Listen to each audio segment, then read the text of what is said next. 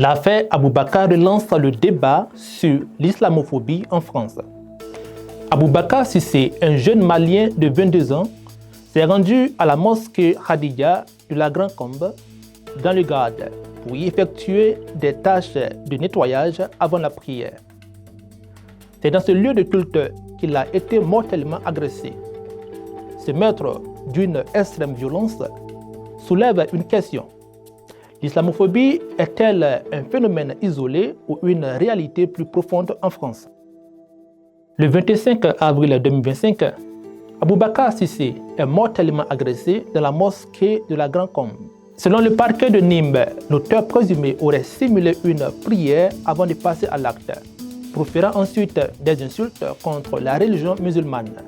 Après 3 jours de fuite, le suspect s'est rendu aux autorités italiennes.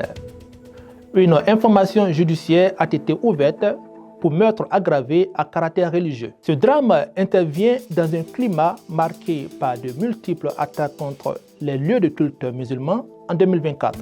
À Marseille, à Saint-Omer, à Guinaou ou encore à Nantes, plusieurs mosquées ont été vandalisées, profanées ou visées par des actes violents. Des faits souvent peu médiatisés, mais qui nourrissent des sentiments d'insécurité au sein des communautés musulmanes. Après le meurtre d'Aboubacar, plusieurs marches blanches et rassemblements ont été organisés à Paris, à Marseille et Montpellier pour dénoncer l'islamophobie.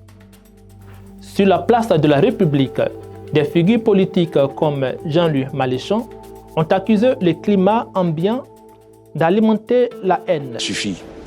Une mosquée qui brûle la veille du Ramadan, des gens brutalisés dans la rue, et maintenant nous voici à un assassinat dans une mosquée. Il est temps de se ressaisir, Français. Il est temps de se ressaisir. Faites cesser ça. À l'Assemblée, les critiques se sont multipliées. Le député Abdelkader Lamar a dénoncé une stigmatisation orchestrée par les plus hautes autorités et accusé le ministre de l'Intérieur d'avoir poussé au crime par ses propos contre le voile. Il a fustigé l'injustice ressentie face à une réaction tardive de plus de 48 heures. La stigmatisation est orchestrée, alimentée quotidiennement par les plus hautes autorités de l'État. Votre ministre de l'Intérieur, lorsqu'il crie « à bas le voile », utilise des mots qui poussent ce crime. La députée écologiste Sabrina Sabahi a elle aussi accusé Bruno Retailleau d'avoir attisé la haine en stigmatisant la foi musulmane et d'avoir trahi sa mission de protection des cultes. Aujourd'hui, les musulmans ont peur.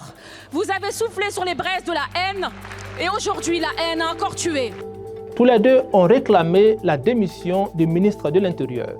En réponse, Bruno Retailleau a dénoncé une récupération politique tout en condamnant un crime barbare.